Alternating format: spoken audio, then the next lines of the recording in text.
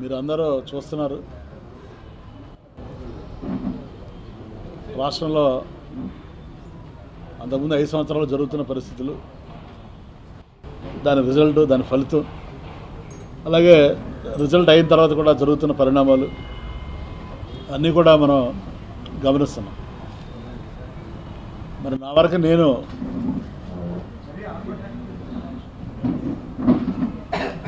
2009లో మరి పద్మభూషణ్ మెగాస్టార్ మరి చిరంజీవి గారి యొక్క ఆశీస్సులతోటి చంద్రశేఖర్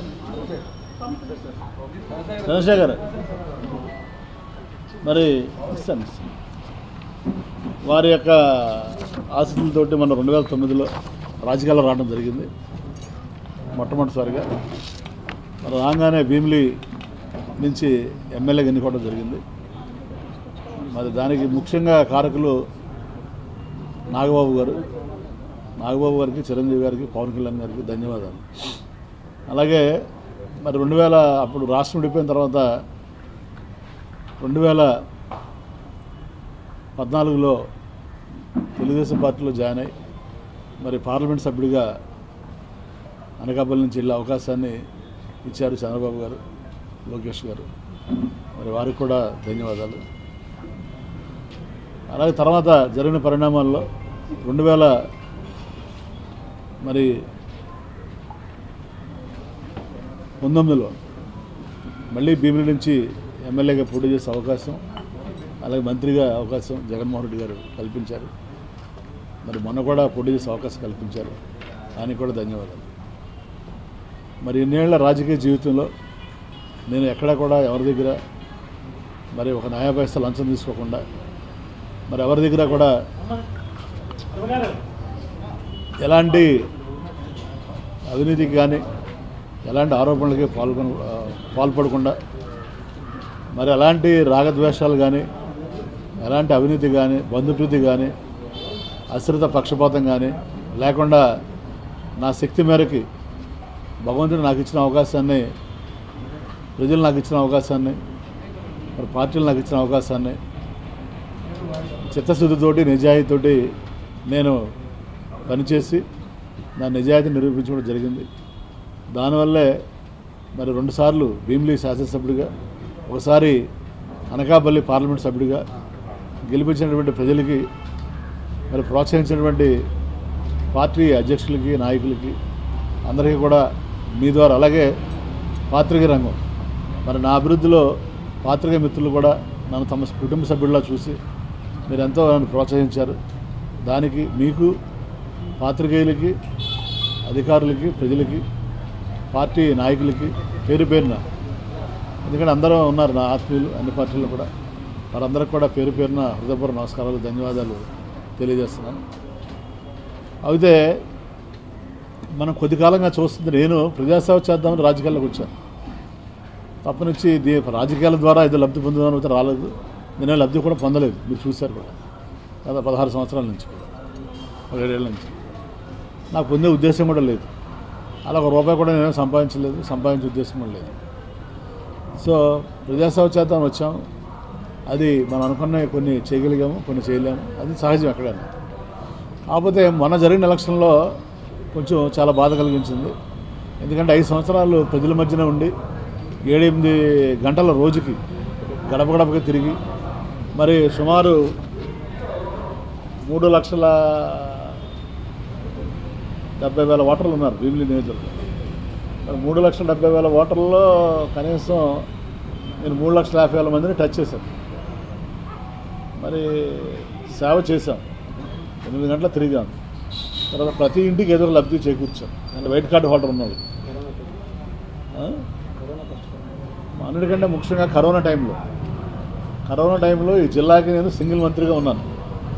నాకు కూడా 3 సార్లు కరోనా వచ్చింది, మా కుటుంబ సభ్యులు కూడా కరోనా వచ్చింది. మరి నేను కరోనా కూడా నేను హైదరాబాద్లో ట్రీట్మెంట్ ఇప్పించుకోగలను కార్పొరేట్ హాస్పిటల్లో, కానీ కరోనా కూడా ఇక్కడే ఉండి నేను కేజీహెచ్లోనే ట్రీట్మెంట్ తీసుకున్నాను.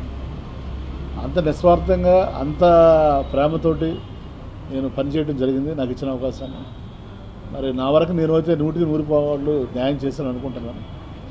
కానీ ఏదేమైనా మన ప్రజల తీర్పుని చూసాం.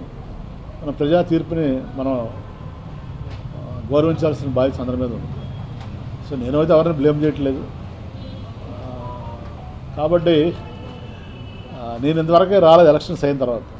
నేను కూడా అబ్జర్వ్ చేస్తున్నాను, మీ టీవీ ఛానల్స్ కానీ, పేపర్లు కానీ, మేధావులు కానీ, అసలు ఎవరైనా సరే ఈ ప్రజా తీర్పు సరే ఎలక్షన్లో ఒకసారి ఒక పార్టీ ఓడిపోతే ఒక పార్టీ గెలుస్తుంది. దీనికి కారణాలు ఏంటి అని విశ్లేషణ చేస్తారా అని. కొంతమంది ఏమో ఈవీఎంలు అంటారు, కొంతమంది ఏమో ఏదో రకరకాలుగా మీ అనాలిసిస్ మీరు చేసుకుంటూ వచ్చారు. సో ఇదేంటంటే ఒక కేస్ స్టడీ. మీరు కూడా అసలు ప్రజలు ఎందుకు తిరస్కరించారు అనేది కూడా మీరు ఒకసారి కేస్ స్టడీ చేయాలి. ఏది ఈ జర్నలిజంలో శ్రీనివాస్ గారు అన్నారు, ఒక 25 ఏళ్ళ నుంచి ఉన్నారు పెద్ద శ్రీనివాస్. మరి ఇక్కడ రాజధాని పెడతామన్నా, అన్ని పథకాలు ఇచ్చినా, మరి ఎలాంటి అవినీతి లేకుండా పరిపాలించినా మరి ఎందుకు ప్రజలు ఇచ్చేస్తారనేది తప్పనిసరిగా మరి నా వరకు అయితే నాకేమీ అర్థం కాలేదు ఎందుకు అలా జరిగింది అనేది. మరి నేను అనుకుంటాం ఇక్కడ స్థానికంగా ఉన్నటువంటి అభ్యర్థులను చూసి వాళ్ళు ఓట్లేరు ప్రజలు, ఆయన ఉన్న వాళ్ళని చూసి వాళ్ళు నిర్ణయం తీసుకుని ఉండొచ్చు అని నేను భావిస్తున్నాను. మా వరకే నేను మా పార్టీ కార్యకర్తలు కానీ, తెలుగుదేశం కానీ, జనసేన ఏ పార్టీ కార్యకర్తలు కానీ, నాయకులు కానీ ఇబ్బంది పెట్టలేదు. ఎవరికి కూడా ఎలాంటి భూ కబ్జాలని ప్రోత్సహించలేదు, ఎవరికి ఎలాంటి అన్యాయం చేయలేదు, ఎలాంటి అవినీతిని ప్రోత్సహించలేదు. మీ అందరూ కూడా చూశారు 5 సంవత్సరాలు నేను ఎలా పరిపాలించాను యాజ్ ఎమ్మెల్యేగా, యాజ్ మంత్రిగా. కానీ ప్రజలు విలక్షణమైన తీర్పులు ఇచ్చారు, తప్పులేదు. సో ప్రజా తీర్పుని గౌరవించాల్సిన బాధ్యత మనందరి మీద ఉంది. సో ఎన్నో మరి లోటుపాట్లు ఉంటాయి, ప్రతి పార్టీలో మంచి ఉంటుంది, చెడు ఉంటుంది, ప్రతి నాయకుల్లో మంచి చెడు రెండూ ఉంటాయి. వాటిని విశ్లేషణ చేసుకుని ఆ మంచిని మనం ముందుకు తీసుకెళ్తాం. మన వల్ల తప్పులు కానీ చెడు కానీ ఉంటే వాటిని మరి విశ్లేషణ చేసి రెక్టిఫై చేసుకుని ముందుకెళ్ళడం జరుగుతుంది. కానీ నేను ఇప్పుడు ఈ నిర్ణయం తీసుకున్న సడన్గా కారణం ఏంటంటే, మరి ఏ ప్రభుత్వం వచ్చినా, కొత్త ప్రభుత్వం వచ్చినప్పుడు ప్రభుత్వానికి కనీసం 1 సంవత్సరంలో టైం ఇవ్వాలి. మనం 1 సంవత్సరం కూడా టైం ఇవ్వకుండా మనం 6 నెలల నుంచే మనం వెళ్ళి మన ప్రజలను మళ్ళీ ఇబ్బంది పెడతాం, లేకపోతే నాయకులను ఇబ్బంది పెడతాం, కార్యకర్తలను ఇబ్బంది పెడతాం అనేది కరెక్ట్ కాదు అని నేను భావించి నిర్ణయం తీసుకోవడం జరిగింది. ఎందుకంటే ముఖ్యంగా 5 సంవత్సరాలు ప్రభుత్వం అధికారులు ఉన్నా కూడా వైఎస్ఆర్సీపీ పార్టీ కార్యకర్తలు చాలా ఇబ్బందులు పడ్డారు. ఎందుకంటే అంతా వాలంటీర్స్ నడిపించారు. కార్యకర్తలకి కానీ, నాయకులకు కానీ ఏమీ గౌరవం అనేది లేదు. వాళ్ళకి పొలిటికల్గా కానీ, ఫైనాన్షియల్గా కానీ. మళ్ళీ అది అయిపోయిన తర్వాత 1 సంవత్సరం కూడా వాళ్ళకి గ్యాప్ ఇవ్వకుండా మనం వెంటనే మళ్ళీ జమిలీ ఎలక్షన్ వస్తుంది, ఇంకా ఎలక్షన్ వస్తున్నాయి. ప్రభుత్వానికి టైం ఇవ్వకుండా నాయకులు, కార్యకర్తలు నలిగిపోయి ఉన్నారు. మళ్ళీ వాళ్ళకు కూడా మనం టైం ఇవ్వకుండా మళ్ళీ రేపటి నుంచి మనం ధర్నాలు చేయండి, ఇది చేయండి అని చెప్పడం ఎంతవరకు కరెక్ట్. ఎందుకంటే పార్టీ విధానం అనేది 175 మంది ఎమ్మెల్యేలు, 175 ఇన్ఛార్జీలు ఉంటే 175 మందిని కన్సల్ట్ చేసి మన పార్టీ ముందుకెళ్ళాలి కార్యక్రమాలు. అంతేగాని ఏదో మన బ్రిటిష్ గవర్నమెంట్ రూల్ చేసినట్టు. ఇప్పుడు బ్రిటిష్ వాళ్ళు చూడండి, వాళ్ళ డెసిషన్స్ అని అక్కడ తీసుకునేవాళ్ళు, అక్కడ లండన్లో తీసుకుని ఆ డెసిషన్ మనకి పంపిస్తే ఇంప్లిమెంట్ చేసేవాళ్ళు. ఇప్పుడు ఏ పార్టీ అయినా ప్రజాస్వామ్యబద్ధంగా ఉండాలి, కానీ ప్రజాస్వామ్యబద్ధంగా లేకుండా నిర్ణయాలను ఏకపక్షంగా తీసుకుని వాటిని మీరు అమలు చేయండి అని చెప్పడం కరెక్ట్ కాదు. సో ఎందుకంటే మళ్ళీ నాకు కార్యకర్తలనే ఎంత ఇబ్బంది పడ్డారో 5 సంవత్సరాలను చూశాను దగ్గరుండి. వాళ్ళంతా నలిగిపోయారు, దగ్గరుండి చూశాను. వాళ్ళు ఇప్పటికీ కనీసం ఒక మీటింగ్ పెట్టి పలకరించకుండా వాళ్ళని అసలు ఏం జరిగింది, ఎలా జరిగింది అని చెప్పకుండా మళ్ళీ మీరు ధర్నాలు చేయండి, గొడవ చేయండి అని చెప్పడం ఎంతవరకు కరెక్ట్. మనం చూసాం సోషల్ మీడియా. వాడెవడో కూడా ఏదో పని చేసిన దానికి మన పవన్ కళ్యాణ్ గారు దానికి ఆయన కోపం వచ్చి అని చెప్పడం, అక్కడి నుంచి ఈ సోషల్ మీడియా కార్యకర్తలు అందరూ అంతే ఇబ్బందులు పడుతున్నారని చూశారు. సో ఇప్పుడు మళ్ళీ ఈయన కూర్చుని ఇక్కడ తాడేపల్లిలో కూర్చుని ఆయన సార్ చెప్పేస్తారు, చెప్పేయడం చాలా ఈజీ. మీరు కలెక్టరేట్కి వెళ్ళండి, ధర్నా చేయండి, గొడవ చేయండి. సో ఆ ఇబ్బందులు ఉన్నాయంటే, ఇబ్బందులు వస్తే వాళ్ళకి ఏదో అడ్వకేట్ పెడతాను, వాళ్ళకి బెయిల్ ఇప్పిస్తానంటే ఇంకా వాళ్ళ ఫ్యామిలీ ఉంటారు, వాళ్ళ ఇబ్బందులు ఉంటాయి. అందరూ అంత లేట్ తీసుకోలేరు కదా. చాలామంది చాలా రకాల ఇబ్బందులు ఉంటాయి. మరి అది అన్నింటి కాకుండా ప్రభుత్వం ఆర్థిక ఇబ్బందుల్లో ఉంది. కొత్త ప్రభుత్వం వచ్చింది, ప్రజా తీర్పులు ఇచ్చారు. ఇచ్చినప్పుడు ఆర్థిక ఇబ్బందులు ఉన్నప్పుడు మనం ఏదో అప్పుడే పంపలంటుకున్నట్టు ప్రజలు 5 సంవత్సరాల తర్వాత డిసైడ్ చేస్తారు వాళ్ళు సూపర్ 6 అమలు చేశారా లేదా, వాళ్ళు ఇచ్చినటువంటి మేనిఫెస్టో అమలు చేశారా లేదా అనేది పీపుల్ విల్ డిసైడ్. మనం ప్రజలు మ్యాండేట్ ఇచ్చిన దానికి 5 సంవత్సరాలు ఇచ్చారు. రాష్ట్రపతి గారు చెప్పేవాళ్ళు ఏదైనా అడిగితే ప్రెస్ వాళ్ళు, సార్ మీరు ఇచ్చలేదు అంటే అవునయ్యా చేయలేదు, మాకు చేయమని 5 సంవత్సరాలు టైం ఇచ్చారు కదా, 5 ఏళ్ళ తర్వాత మీరు అడగండి మమ్మల్ని అని చెప్పేవాళ్ళు ఆయన రాష్ట్రపతి గారు. ఈయన 5 ఏళ్ళు కాదు కదా, 5 నెలలు కూడా ఆయన టైం ఇవ్వకుండా వెంటనే మీరు ధర్నాలు చేయండి, రాస్తారోపణలు చేయండి, ఇచ్చేయండి, నచ్చేయండి అనేది మంచి పద్ధతి కాదు. ఎందుకంటే రాష్ట్రం అభివృద్ధి చెందాలంటే వాళ్ళ కేంద్రం దగ్గర కానీ రాష్ట్రం దగ్గర కానీ ఒక లిమిటెడ్ నిధులు ఉన్నాయి. మనకు పెట్టుబడులు రావాలి. పెట్టుబడులు రావాలంటే ఏంటి, ఒక స్థిరమైన ప్రభుత్వం ఉంటేనే పెట్టుబడులు వస్తాయి. మనం కూడా చూసాం పక్క రాష్ట్రం తెలంగాణలో 10 ఏళ్ళు టీఆర్ఎస్ పరిపాలించింది కాబట్టి హైదరాబాద్ ఆ మాత్రం అభివృద్ధి చెందింది. మన వాళ్ళు ఏమైనా రాష్ట్రం విడిపోగానే మనకి హైదరాబాద్ ఇది అయిపోద్ది అని చెప్పారు. కానీ ఉల్టా అయింది. హైదరాబాద్ సూపర్ డెవలప్ అయింది, మనం ఏమో డెవలప్ చేసుకోలేదు. హైదరాబాద్ ఎందుకు డెవలప్ అయిందంటే 10 ఏళ్ళు స్థిరమైన ప్రభుత్వం ఉంది కాబట్టి. సో కాబట్టి ఇక్కడ కూడా మనం స్థిరమైన ప్రభుత్వం ఉంటే ఒక రాజధాని వస్తుంది, పెట్టుబడులు వస్తాయి, అభివృద్ధి వస్తుంది. సరే మన రాజకీయ విధానాలు వేరవచ్చు, మనం అధికారం కోల్పోయిన బాధ ఉండవచ్చు. అట్ ద సేమ్ టైం రాష్ట్ర అభివృద్ధిని కూడా మనం దృష్టిలో పెట్టుకోవాల్సినటువంటి బాధ్యత ఉంది. కానీ మనం ఇలా ప్రతిదానికి రాజకీయ ప్రయోజనాలే పరమావధిగా మనం ముందుకెళ్ళడం అనేది ఎంతవరకు కరెక్ట్ అనేది నాకు అర్థం కాక, అది దానికోసం అడ్జస్ట్ కాక నేను ఈ రోజున దాంతోపాటు నాకు వ్యక్తిగతంగా కూడా 5 సంవత్సరాలు నా జీవితాన్ని కుటుంబాన్ని కూలిపోయి దూరం ఉండడం జరిగింది.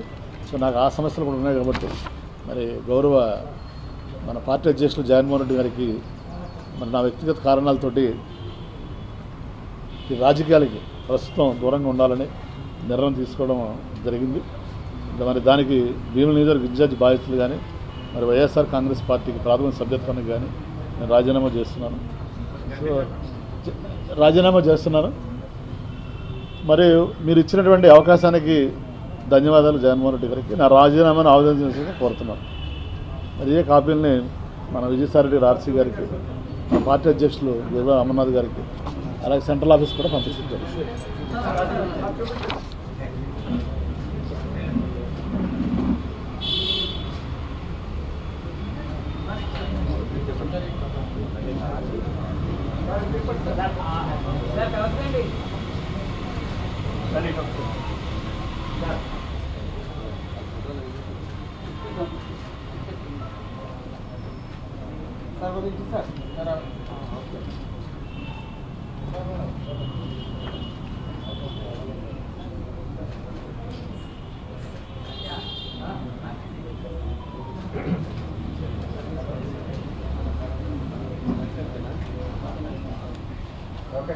ఓకేనా?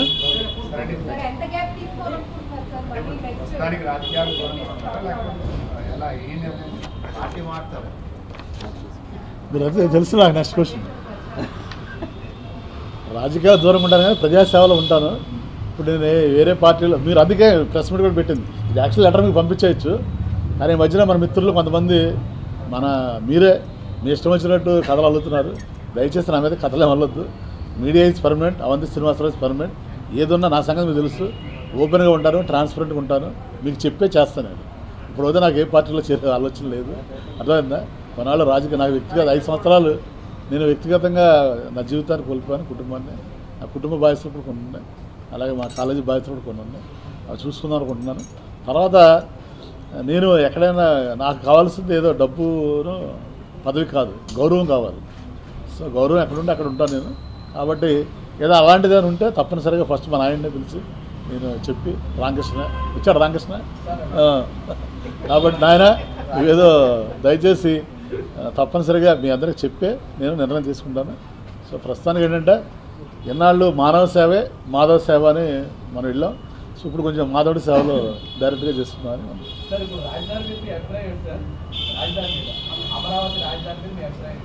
మన నీ అభిప్రాయం నా అభిప్రాయం ఉండదు. ప్రజల అభిప్రాయం మన అభిప్రాయం.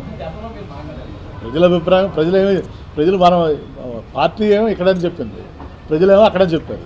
కాబట్టి ప్రజలతో మనం వెళ్ళాలంటే మీరేనా నేనేనా? ప్రజాసేవ అంటున్నారు కదా, ప్రజారాజ్యం, టీడీపీ, వైసీపీ అంటే ప్రజాసేవ వ్యక్తిగత లబ్ధ అంటే డబ్బులు, ధనం అవన్నీ కాదు, గౌరవము, పదవి అని అడిగారు. మీరు ప్రజాసేవ చేశారా? 3 పార్టీలు మారుతూ మీ వ్యక్తిగత లబ్ధి కోసం పార్టీలు మారారా? అది నువ్వు చెప్పాలి. నువ్వు 16 ఏళ్ళని చూస్తాను నన్ను. నేను వ్యక్తిగత లబ్ధి ఏమైనా పొందానో పొందలేదో నీకు తెలుసు. నేను ఏ వ్యక్తిగత లబ్ధి పొందాను? నేను కాలేజ్ పర్మిషన్ తీసుకున్నానా? లేదా ల్యాండ్ ఏమన్నా నేను ఎవరిదన్నా కబ్జాలు చేస్తానా, కబ్జా తెలియదు సార్, తీసుకున్నాను. కొన్ని నేను యూనివర్సిటీ పెట్టానా, ఇంకా బ్రదర్ పర్ఫర్మేషన్ శ్రీనివాస్ నా గురించి బాగా తెలుసు. నా ఫీజులు తగ్గించారు ఇంకా లాస్ట్ ఇయర్. నాకేం యూనివర్సిటీ ఇవ్వాల, వేరే వాళ్ళు తెలుగుదేశం వాళ్ళు యూనివర్సిటీ ఇచ్చారు. అర్థమైందా?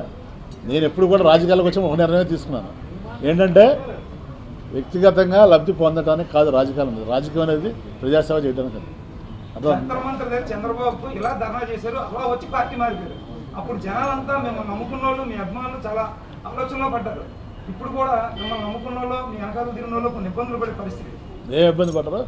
నేను ఎక్కడికి వెళ్ళినా నన్ను నమ్ముకున్న వాళ్ళకి నేను ఎప్పుడు కూడా న్యాయం చేస్తాను. ఓకే, నేను అందుకనే కాదు బ్రదర్, నేను 2 సార్లు పోటీ చేసినా నేను ఎమ్మెల్యేగా గెలిచాను, ఎంపీగా పోటీ గెలిచాను. మీ మీద నమ్మకంతో జగన్మోహన్ రెడ్డి సాధారణంగా ఆహ్వానించి మంచి భవిష్యత్తు ఇచ్చి జీవితంలో ఊహించి చెప్పుకోవడానికి ఒక అవకాశం మంత్రి పదవి ఇచ్చి మీకు ఇచ్చేశారు. ఈ ప్రజా ప్రయోజనం కోసం మారిపోతున్నారా లేకపోతే నేను చెప్తున్నా కదా బ్రదరు, ప్రజల అభిప్రాయం మన అభిప్రాయం. అర్థమవుతుందా? ప్రజా వ్యతిరేక పాలన మీద ధర్నాలు చేసేమో 3 రోజులు కార్యక్రమం పిలిపించింది 6 నెలల తర్వాత. అలా ఆ కార్యక్రమం మీద అదే చెప్తున్నా కదా కారణం. ప్రభుత్వం, ప్రజలు అనుకున్న ప్రభుత్వం 5 ఏళ్ళు టైం ఇచ్చారు. 5 ఏళ్ళు టైం ఇచ్చినప్పుడు కనీసం మనం 5 నెలలు కూడా టైం ఇవ్వకుండా చేయటం ఎంతవరకు కరెక్ట్ అని అది చెప్తున్నాను. అదే చెప్తాను నేను. అదే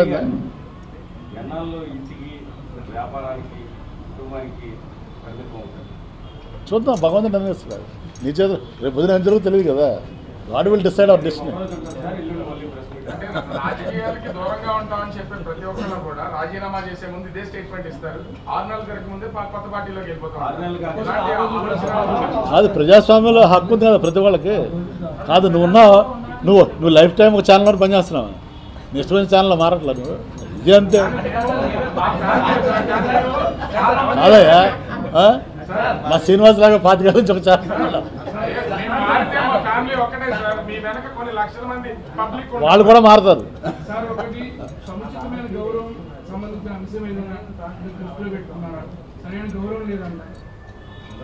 ఇప్పుడు ఏమండి, నేను అన్ని తర్వాత చెప్తాను. మరి ఇవాళే కదా బిగిన్ చేసింది. మీరు అన్ని ఒక రోజు కూడా ఎక్స్పెక్ట్ చేయడం కరెక్ట్ కాదు. ఈ రోజున వైఎస్ఆర్సీపీ పార్టీకి రాజీనామా చేస్తున్నాం.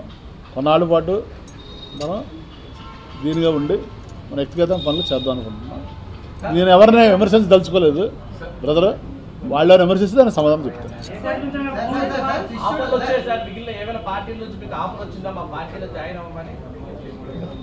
వస్తే రాకుండా ఉంటాయి ఎన్ని కాదు. ఇప్పుడు నేనే అది కాదయ్యా, నేనే కొన్నాళ్ళ పాటు దూరం ఉందాం అనుకుంటున్నాను కదా, చెప్తాను కదా మీకు అదే.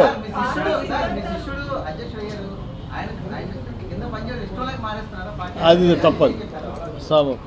జగన్ గారు నన్నే ప్రెసిడెంట్ ఉండమన్నారు, నేనే వద్దు బ్రదర్. నేను చిన్న కారణాలతోటి నేను నిర్ణయాలు తీసుకునే వ్యక్తిని కాదు. అంతా నాకు నేను అలా మారాలంటే మినిస్టర్ 2.5 years అవ్వగానే మార్చిపోండి కదా. నా వ్యక్తిగత ఈగోల కోసం, నా వ్యక్తిగత ప్రయోజనాల కోసం ఎప్పుడు నేను అనేది ఒకటే. ఇవాళ రాష్ట్రం మనం చూసాం, రాష్ట్రం విడిపోయింది. మరి 2 రాష్ట్రాలు విడిపోయిన తర్వాత మన రాష్ట్రం ఎలా ఉంది, ఆంధ్రప్రదేశ్ రాష్ట్రం, పక్క రాష్ట్రం తెలంగాణ మనం చూస్తున్నాం. సో వాళ్ళు అలా బుల్లెట్లా దూసుకుపోతున్నారు, మనం ఇలా ఉన్నాం.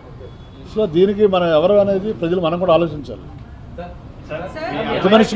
ప్రతి మనిషికి అది చెప్పినట్టు వ్యక్తిగత సినిమా చెప్పిన ఉంటుంది ఎజెండా, కానీ వ్యక్తిగత ఎజెండా కానీ సొసైటీ ఎజెండా అనేది చాలా ఇంపార్టెంట్. సొసైటీ ముందుకెళ్తే మనం ముందుకెళ్తాం. మనం ముందుకెళ్ళిన సొసైటీ ఎలా పోతే ఉపయోగం. తన ఇష్టం, తన అంటే బేబీతో ఉంది, అది తన choice.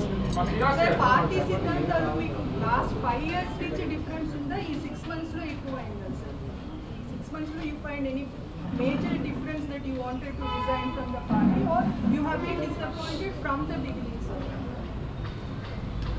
Actually, madam, shall I speak in English or Telugu? Any Telugu is also fine.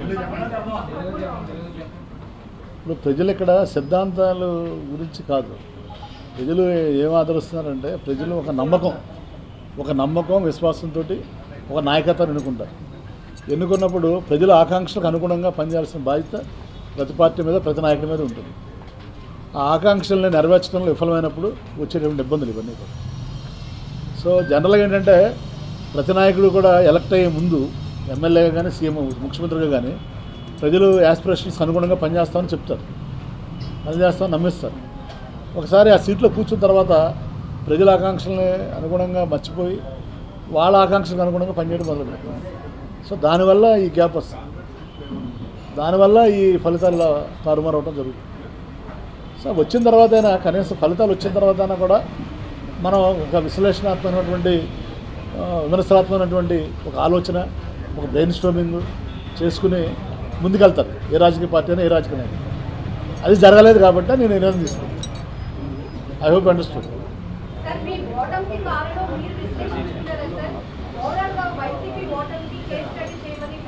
మనందరికీ తెలుసు కదమ్మా అవన్నీ, ఇంకా అన్నీ మాట్లాడుకుంటూ ఎందుకు.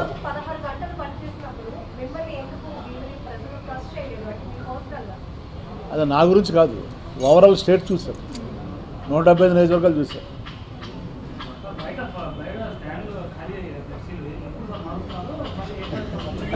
నేను చెప్తాను మారుస్తాను,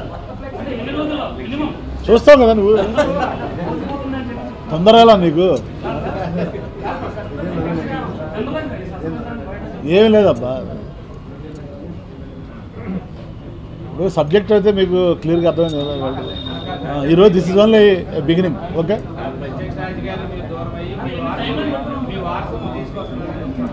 నాకు అలాంటి ఆలోచన లేదు, నువ్వు చెప్పావు ఆలోచన.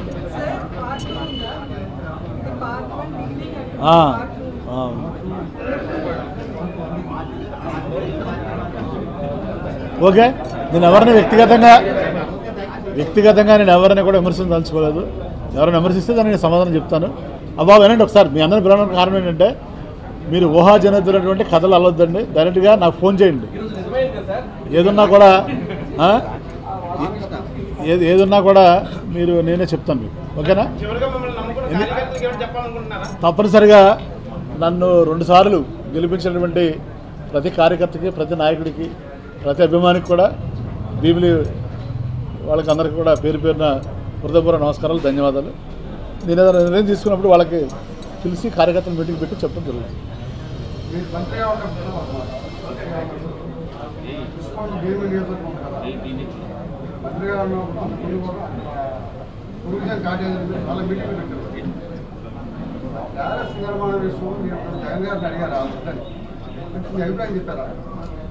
సరే, మన అవకాశం ఇవ్వరు కదా, చెప్తాను తర్వాత అన్నీ మీకు.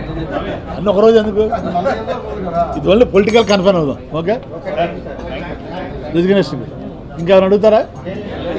ఏమైనా ఉంటే ఇప్పుడు అడగండి, మళ్ళీ మీరు మాట్లాడదాం. అది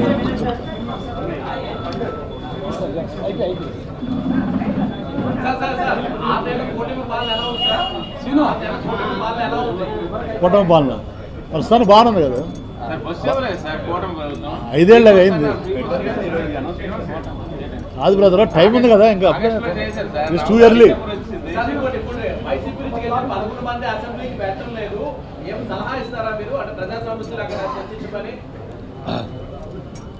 ఏమంటే ప్రజలు ఎన్నుకున్నది ఎమ్మెల్యే అసెంబ్లీకి వెళ్ళమని, కంపల్సరీ వెళ్ళాలి. వెళ్తారు, వెళ్ళమనే కదా. ఇప్పుడు మనం వెళ్ళగలం అసెంబ్లీకి, మనం ఎన్నుకోలేదు కదా, అదే కదా బాధ.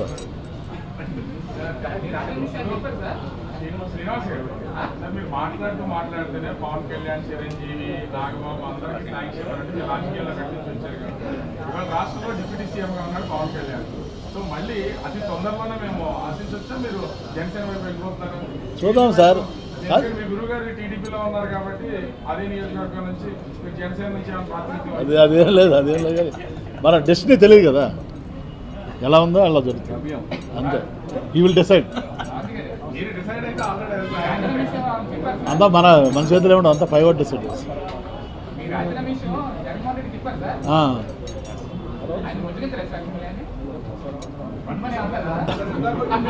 చేయకుండా ఎలా ఉంటారు మావాళ్ళు, మా నాయకులకి చెప్తారు. అలా తెలుసు కదా ప్రాబ్లం ఏంటి. అది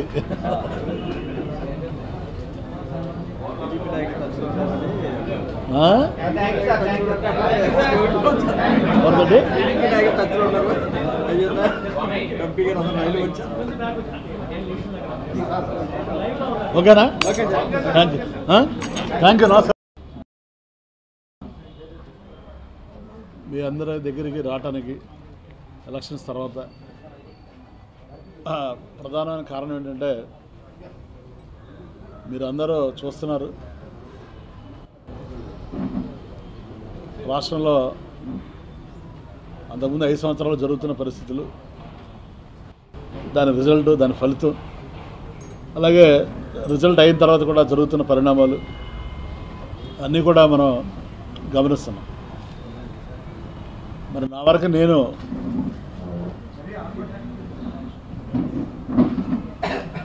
2009లో మరి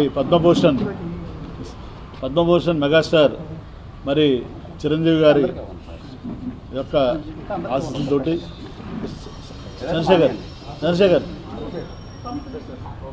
చంద్రశేఖర్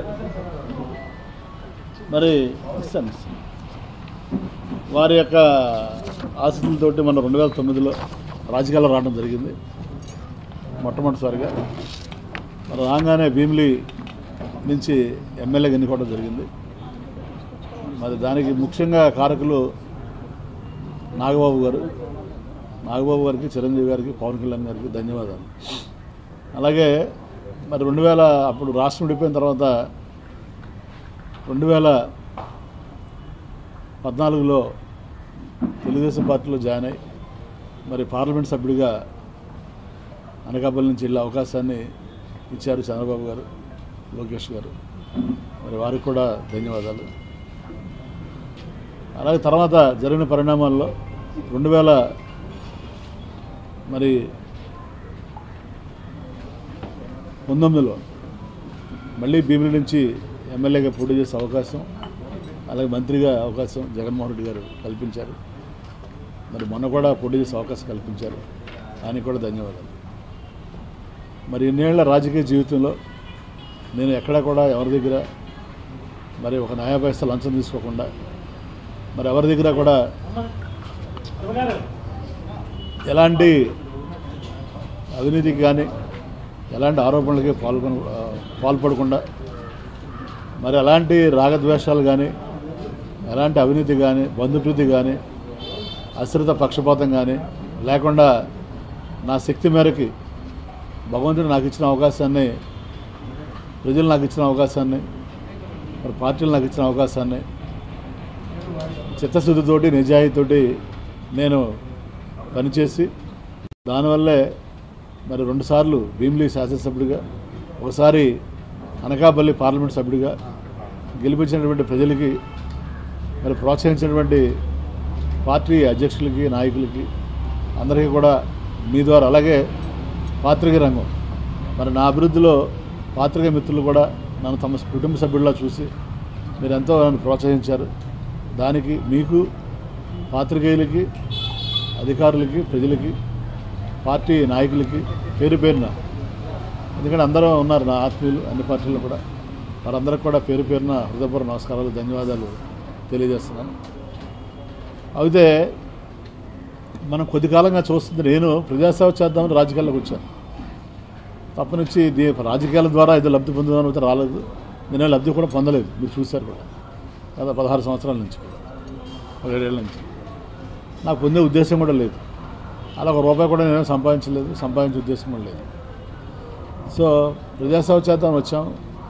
అది మనం అనుకున్న కొన్ని చేయగలిగాము, కొన్ని చేయలేము, అది సహజం ఎక్కడైనా. కాకపోతే మొన్న జరిగిన ఎలక్షన్లో కొంచెం చాలా బాధ కలిగించింది. ఎందుకంటే 5 సంవత్సరాలు ప్రజల మధ్యన ఉండి 7-8 గంటల రోజుకి గడప గడపకి తిరిగి మరి సుమారు 3,70,000 ఓటర్లు ఉన్నారు భీమిలి నియోజకవర్గంలో. మరి 3,70,000 ఓటర్లలో కనీసం నేను 3,50,000 మందిని టచ్ చేశాను. మరి సేవ చేశాం, 8 గంటలు తిరిగాను. తర్వాత ప్రతి ఇంటికి ఏదో లబ్ధి చేకూర్చాం. అంటే వైట్ కార్డు హోల్డర్ ఉన్నది. అన్నిటికంటే ముఖ్యంగా కరోనా టైంలో ఈ జిల్లాకి నేను సింగిల్ మంత్రిగా ఉన్నాను. నాకు కూడా 3 సార్లు కరోనా వచ్చింది, మా కుటుంబ సభ్యులు కూడా కరోనా వచ్చింది. మరి నేను కరోనా కూడా నేను హైదరాబాద్లో ట్రీట్మెంట్ ఇప్పించుకోగలను కార్పొరేట్ హాస్పిటల్లో, కానీ కరోనా కూడా ఇక్కడే ఉండి నేను కేజీహెచ్లోనే ట్రీట్మెంట్ తీసుకున్నాను. అంత నిస్వార్థంగా అంత ప్రేమతోటి నేను పనిచేయడం జరిగింది నాకు ఇచ్చిన అవకాశాన్ని. మరి నా వరకు నేను అయితే 100కి 100 పాళ్ళు న్యాయం చేశాను అనుకుంటున్నాను. కానీ ఏదేమైనా మన ప్రజల తీర్పుని చూసాం. మన ప్రజా తీర్పుని మనం గౌరవించాల్సిన బాధ్యత అందరి మీద ఉంది. సో నేనైతే ఎవరిని బ్లేమ్ చేయట్లేదు. కాబట్టి నేను ఇంతవరకే రాలేదు ఎలక్షన్స్ అయిన తర్వాత. నేను కూడా అబ్జర్వ్ చేస్తున్నాను, మీ టీవీ ఛానల్స్ కానీ పేపర్లు కానీ మేధావులు కానీ అసలు ఎవరైనా సరే ఈ ప్రజా తీర్పు సరే ఎలక్షన్లో ఒకసారి ఒక పార్టీ ఓడిపోతే ఒక పార్టీ గెలుస్తుంది. దీనికి కారణాలు ఏంటి అని విశ్లేషణ చేస్తారా అని. కొంతమంది ఏమో ఈవీఎంలు అంటారు, కొంతమంది ఏమో ఏదో రకరకాలుగా మీ ఎనాలిసిస్ మీరు చేసుకుంటూ వచ్చారు. సో ఇదేంటంటే ఒక కేస్ స్టడీ. మీరు కూడా అసలు ప్రజలు ఎందుకు తిరస్కరించారు అనేది కూడా మీరు ఒకసారి కేస్ స్టడీ చేయాలి. ఏది ఈ జర్నలిజంలో శ్రీనివాస్ గారు ఒక 25 ఏళ్ళ నుంచి ఉన్నారు, పెద్ద శ్రీనివాస్. మరి ఇక్కడ రాజధాని పెడతామన్నా అన్ని పథకాలు ఇచ్చినా మరి ఎలాంటి అవినీతి లేకుండా పరిపాలించినా మరి ఎందుకు ప్రజలు ఇచ్చేస్తారనేది తప్పనిసరిగా మరి నా వరకు అయితే నాకేమీ అర్థం కాలేదు ఎందుకు అలా జరిగింది అనేది. మరి నేను అనుకుంటాం ఇక్కడ స్థానికంగా ఉన్నటువంటి అభ్యర్థులను చూసి వాళ్ళు ఓట్లేదా ప్రజలు, ఆయన ఉన్న వాళ్ళని చూసి వాళ్ళు నిర్ణయం తీసుకుని ఉండొచ్చు అని నేను భావిస్తున్నాను. మా వరకే నేను మా పార్టీ కార్యకర్తలు కానీ తెలుగుదేశం కానీ జనసేన ఏ పార్టీ కార్యకర్తలు కానీ నాయకులు కానీ ఇబ్బంది పెట్టలేదు. ఎవరికి కూడా ఎలాంటి భూ కబ్జాలని ప్రోత్సహించలేదు, ఎవరికి ఎలాంటి అన్యాయం చేయలేదు, ఎలాంటి అవినీతిని ప్రోత్సహించలే. మీ అందరూ కూడా చూశారు 5 సంవత్సరాలు నేను ఎలా పరిపాలించాను యాజ్ ఎమ్మెల్యేగా యాజ్ మంత్రిగా. కానీ ప్రజలు విలక్షణమైన తీర్పుని ఇచ్చారు, తప్పులేదు. సో ప్రజా తీర్పుని గౌరవించాల్సిన బాధ్యత మనందరి మీద ఉంది. సో ఎన్నో మరి లోటుపాట్లు ఉంటాయి, ప్రతి పార్టీలో మంచి ఉంటుంది చెడు ఉంటుంది, ప్రతి నాయకుల్లో మంచి చెడు రెండూ ఉంటాయి. వాటిని విశ్లేషణ చేసుకుని మంచిని మనం ముందుకు తీసుకెళ్తాం. మన వల్ల తప్పులు కానీ చెడు కానీ ఉంటే వాటిని మరి విశ్లేషణ చేసి రెక్టిఫై చేసుకుని ముందుకెళ్ళడం జరుగుతుంది. కానీ నేను ఇప్పుడు ఈ నిర్ణయం తీసుకున్న సడన్గా కారణం ఏంటంటే మరి ఏ ప్రభుత్వం వచ్చినా కొత్త ప్రభుత్వం వచ్చినప్పుడు ప్రభుత్వానికి కనీసం 1 సంవత్సరంలో టైం ఇవ్వాలి. మనం 1 సంవత్సరం కూడా టైం ఇవ్వకుండా మనం 6 నెలల నుంచే మనం వెళ్ళి మన ప్రజలను మళ్ళీ ఇబ్బంది పెడతాం, లేకపోతే నాయకులను ఇబ్బంది పెడతాం, కార్యకర్తలను ఇబ్బంది పెడతాం అనేది కరెక్ట్ కాదు అని నేను భావించి నిర్ణయం తీసుకోవడం జరిగింది. ఎందుకంటే ముఖ్యంగా 5 సంవత్సరాలు ప్రభుత్వం అధికారులు ఉన్నా కూడా వైఎస్ఆర్సీపీ పార్టీ కార్యకర్తలు చాలా ఇబ్బందులు పడ్డారు. ఎందుకంటే అంతా వాలంటీర్స్లో నడిపించారు. కార్యకర్తలకి కానీ నాయకులకు కానీ ఏమీ గౌరవం అనేది లేదు. వాళ్ళకి పొలిటికల్గా కానీ ఫైనాన్షియల్గా కానీ.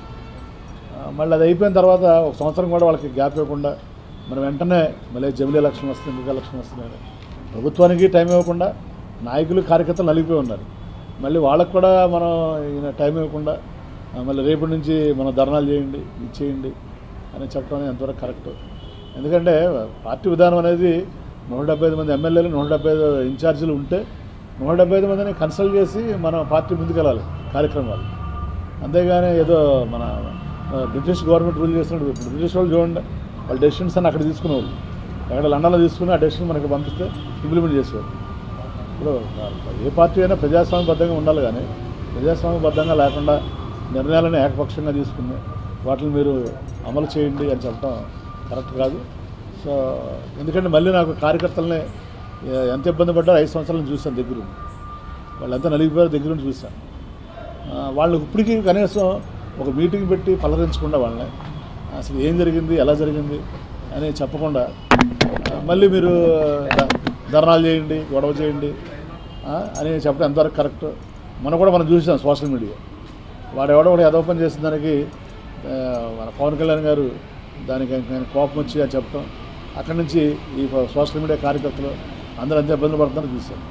సో ఇప్పుడు మళ్ళీ ఈయన కూర్చుని ఇక్కడ తాడేపల్లిలో కూర్చుని ఆయన సార్ చెప్పేస్తారు, చెప్పేయడం చాలా ఈజీ, మీరు కలెక్టరేట్కి వెళ్ళండి, ధర్నా చేయండి, గొడవ చేయండి.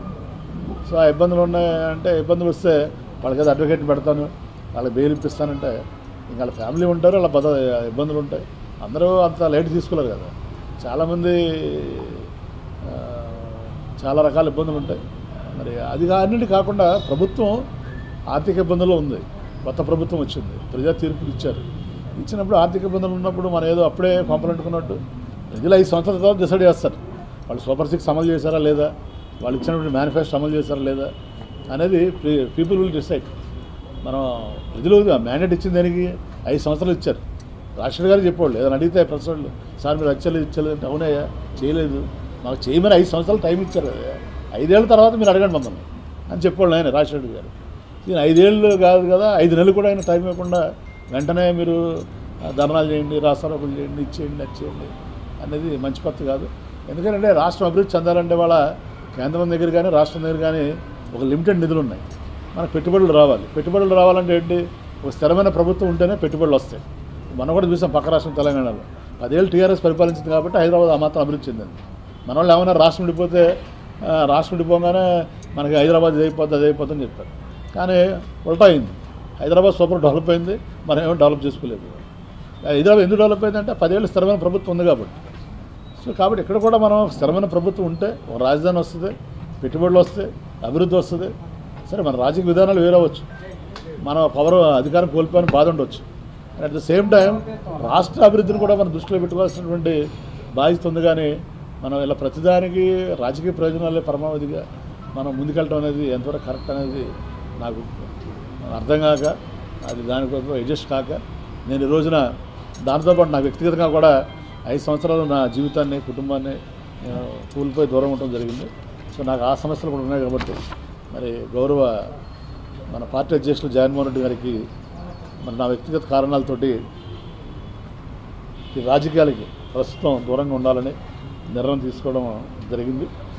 మరి దానికి భీముల నియోజకవర్గ ఇన్ఛార్జ్ బాధ్యతలు కానీ మరి వైఎస్ఆర్ కాంగ్రెస్ పార్టీకి ప్రాథమిక సభ్యత్వానికి కానీ నేను రాజీనామా చేస్తున్నాను. మరియు మీరు ఇచ్చినటువంటి అవకాశానికి ధన్యవాదాలు జగన్మోహన్ రెడ్డి గారికి.